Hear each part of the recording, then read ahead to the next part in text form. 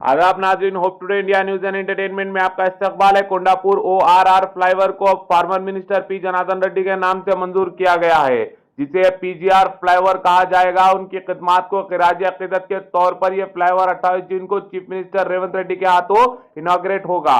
GHMC commissioner PV कर्नान ने Shilpa layout phase 2 के 6 line flyover का जायजा लिया, जो ORR को कोंडापुर से कनेक्ट करता है। यह फ्लाईओवर गच्चीबोली जंक्शन के ऊपर से गुजरता है। मजीद खबरों के लिए hope today India news and entertainment को लाइक करें, शेयर करें और सब्सक्राइब करें।